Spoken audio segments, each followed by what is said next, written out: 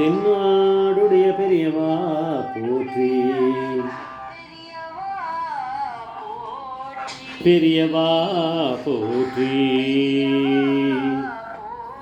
பெரியவா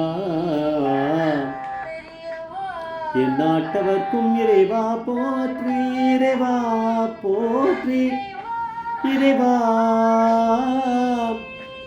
சர்வஜா சர்வவியாபிவா பெரியவா சரணம், மகா பெரியவா சரணம். சர்வஜா சர்வவியாபிவா பெரியவா சரணமாய பிறப்பருக்கும் மகா பெரியவா போற்றி, மாய பிறப்பருக்கும் மகா பெரியவா போற்றி. அபாரகண சித்தம் ஞானதம் சாந்தரூபணம் ஸ்ரீ சந்திரசேகர குரும் பிரணமாமதாரம் கலிதேவம் காட்சிமணி யூடியூப் சேனல் பிரத்யேகமாக மகாபெரியோட பக்தர்களுக்கு ஏற்பட்டு கொண்டிருக்கும் அனுபவங்களையும் ஒவ்வொரு நாளும் ஒரு அனுபவத்துக்கு ஒரு தலைப்பு. நீங்கள் அனுபவத்தோட தலைப்பு நெருப்பு கண்டம் நெருப்பாலேயே பூச்சி, நெருப்பு கண்டம் நெருப்பாலேயே பூச்சி. இந்த சேனல் எதுக்கு சப்ஸ்கிரைப் பண்ணலன்னா பண்ணுங்க, தினமுமே பாருங்க. தினமும் உங்களுக்கு புதுசாக இது வரைக்கும் கேள்விப்படாத அனுபவங்களை யார் உங்களுக்கு கொடுக்க போகிறா? பெரியவா அப்படிங்கிற பரமேஸ்வரன் எனக்கு கொடுக்குறான்னு அவங்களுக்கு கொடுக்குறேன். என் புத்தியில் எதுவும் நடக்கலை. ஆனால் இந்த ஒரு சேனலில் மட்டுமே உங்களுக்கு புதுசான அனுபவங்கள் மட்டுமே தான் வரும். 98% தான் வரும். ஏன்னா சொன்னதையே சொல்லின்னு இருக்க மாதிரியான சேனல் இது கிடையாது. அதனால் ஆனால் நிறைய பேர் பார்க்க மாட்டா, அது எனக்கு அதுவும் தெரியும். அது ஏன்லாம் எனக்கு தெரியாது. யாருக்கு இஷ்டம் இருக்கோ அவள் மாத்திரம் தான் பார்க்க முடியும். பெரியவா தான் அவளுக்கு இந்த புத்தியை கொடுத்து பார்க்க வைப்பாள், அதுவும் எனக்கு தெரியும். இது வந்து குலபதி ஸ்ரீ பாலகிருஷ்ண ஜோஷி அவளுடைய பொண்டாட்டி ஸ்ரீமதி வசந்தா ஜோஷியும் அவர் பிள்ளை ஸ்ரீதர் ஜோஷி 2 பேரும் இன்டர்வியூ. வசந்தா ஜோஷி தான் சொல்கிறான் அந்த இன்டர்வியூவில், ஸ்ரீதர் வந்து சின்ன பையனாக இருக்குச்சே நெருப்புலையே தான் விளையாடின்னு இருப்பான். சாதாரணமாகவே நெருப்பில் விளையாடுறவன். ஏதாவது ஒன்று அந்த வீட்டில் ஏதாவது விளக்கு எரியிறது அப்படின்னா உடனே வெத்தி குச்சி எடுத்து அப்படி வச்சுன்னு இப்படி பண்ணுறது. இந்த மாதிரி சில பசங்களுக்கு அதே தான் அப்படியே தான் போயின்னு இருக்கும். அப்போ தீபாவளினா கேட்கவே வேண்டாம், இப்படியே தான் போயின்னு இருக்கும். அவனுக்கு அதில் ஒரு இன்ட்ரெஸ்ட்டு அப்படிங்கிறா. வசந்தா வந்து பெரியவா தரிசனம் பண்ணுறச்சே போகும்போது இதை வந்து பற்றி சொல்லி ரொம்ப கவலைப்பட்டிருக்கா. ஸ்ரீதருக்கு இந்த மாதிரி இருக்குது, அவன் வந்து ரொம்ப விளையாட்டுத்தனமாக இருக்கான், நெருப்போடியாக விளையாடுறான். அப்போ வந்து பெரியவா வந்து அதுக்கு பதில் எதுவுமே பேச மாட்டாளாம். பேசாமல் வேறு ஏதாவது கேட்குறதுக்கு பதில் சொல்லுவா. ஏன்னா நான் என்ன நினைக்கிறேன், எனக்கு இந்த மாதிரிலாம் திடீர்னு தோணும், எக்ஸ்ட்ரம் போவான். பெரியவா வந்து அதுக்கு ஒரு நேரம் இருக்குது, அப்போ நான் உனக்கு பதில் சொல்கிறேன் அப்படின்னு. இது எனக்கு திடீர்னு இப்போ தான் இந்த நிமிஷம் தான் ஸ்ட்ரைக் ஆகுது. ஏதோ நான் ப்ரிப்பேர் பண்ணிலாம் பேசவே மாட்டேன். பெரியவா வந்து நான் பார்த்துக்கிறேன்றார். அதனால தான் பதிலே சொல்லலை அவளுக்கு, வசந்த ஜோஷிக்கு. அப்போ இப்படியே போயிட்டே இருக்குது. அப்போ வீட்டுக்கு வந்து சுந்தரம் சாஸ்திரிகள் அப்படின்னு ஒருத்தர் வந்தாராம், தெலுங்கர். அவர் வீட்டில் வந்து பூஜை பண்ணுறதுக்காக நிறையவா பெரியவா இதெல்லாம் வச்சுருப்பாளே, அதுக்கெல்லாம் பூஜை பண்ணிவிட்டு டெய்லி பூஜை அவர் பண்ணிவிட்டு போவாராம். அவருக்கு கொஞ்சம் ஜோசியமும் நல்லா தெரியும், ஜோதிட சாஸ்திரம். அவர் சொன்னாராம், அந்த பையனை பார்த்தே முகத்தை பார்த்தே அவர் சொல்லிட்டாராம், அந்த பையனுக்கு நெருப்பில் கண்டம் இருக்குது அப்படின்ட்டாராம்.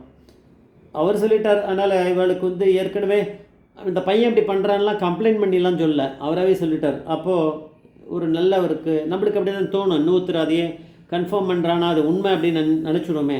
உண்மை தான் இருந்தாலும் மகாபெரிவா அப்படிங்கிற மட்டும்தான் உண்மை இந்த உலகத்தில், வேறு யாரும் உண்மை கிடையாது. அந்த ஜோசியமும் உண்மை கிடையாது. இப்போ வந்து ஸ்ரீதருக்கு நெருப்பில் கண்டம்னு அவர் சொல்லிட்டாரா, அது வேறு பீதியை இன்னும் கொஞ்சம் களைப்பிடுத்து. ஸ்ரீதர் வந்து ஒரு தடவை சத்தாரா போயிருக்கார், சின்ன பையனாக இருக்கும்போது சத்தாரா போயிருக்கார். ஆனால் அது வந்து தீபாவளிக்காக அவர் போயிருக்கார். இப்போ நாளைக்கு கார்த்தால தீபாவளினா அங்கே போய் சேர்ற மாதிரி விடி கார்த்தால. ஆனால் ஒரு நாள் முன்னாடி வந்து இவருடைய அப்பா ஜோஷி தான் குலபதி பாலகிருஷ்ண ஜோஷின்னு தான் பெரிய பக்தர் இல்லையா, நம்பர் 1 பெரிவாளுக்கு நம்பர் 1 பக்தர்னா பாலகிருஷ்ண ஜோஷி. அதுக்கப்புறம் வந்து பிரதோஷம் அகட்ராமையர்னு சொல்லுவார். 2 பேர் தான் டாப்பில் இருக்கா. அப்பேற்பட்ட பக்தர் அவர் என்ன பண்ணியிருக்கார், அவள் அப்பா என்ன பண்ணான்னு இந்த பையனுக்கு தெரியாது. அவள் அப்பா வந்து பட்டாசுலாம் வாங்கிட்டு போய் பெரியவாளுக்கு கொடுத்துட்டு வருவாள். பெரியவாளை வெடிக்க போகிறா, அங்கே வரவாளுக்கு யாருக்காவது கொடுப்பாரா இருக்கும், போயிட்டு போய் வெடிச்சுடுவோம். யாராவது ஏழைகள் வந்தால் கொடுப்பாரான்னு தெரியல. அவருக்கு அது மாதிரி ஒரு பழக்கம் இருக்குது. ஆனால் ஸ்ரீதருக்கு வந்து அவள் அப்பா எங்கே போயிருக்கான்லாம் தெரியாது. அவள் சின்ன பையன். அவன் ஆஸ் யூஷுவல் அம்மா கிட்டே சொல்லிவிட்டு அம்மா சொல்கிறதெல்லாம் கேட்க மாட்டான், கிளம்பி நான் போயிட்டே இருப்பான். பெரியவாள் நான் தரிசனம் பண்ணோன்ட்டு கிளம்பி போயிடுவான். அவளும் விட்டுருவா.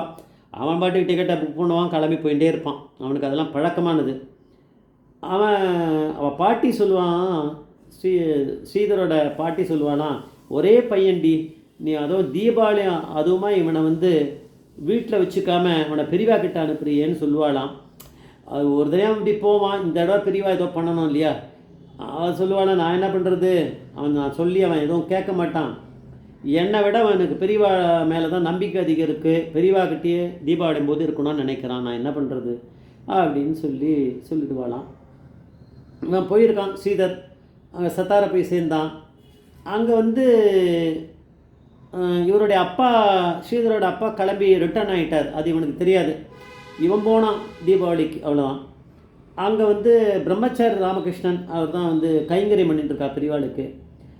பாலகிருஷ்ண ஜோஷி கொடுத்த கிராக்கர்ஸ் நிறைய இருக்கா, அந்த பேக்கெட் வந்து ஒரு டப்பா உள்ள போட்டு உள்ளே மூடி வச்சுருக்காரு. பெரியவா கிட்ட வந்து ஸ்ரீதர் தீபாவளிக்கு கார்த்தால் அங்கே இருக்கார். பெரியவா வந்து சொன்னாராம் ஸ்ரீதர்கிட்ட, நீ போய் ஒரு டப்பா இருக்குது அதை எடுத்துகிட்டு வாப்போ அப்படின்னாராம். இவர் அங்கே போனார். இவர் போகலை, அவர்கிட்ட போனார் யார், நம்ம பிரம்மச்சாரி ராமகிருஷ்ணன். அவர் அந்த டப்பா கொண்டு வந்து வச்சார். ஸ்ரீதர்கிட்ட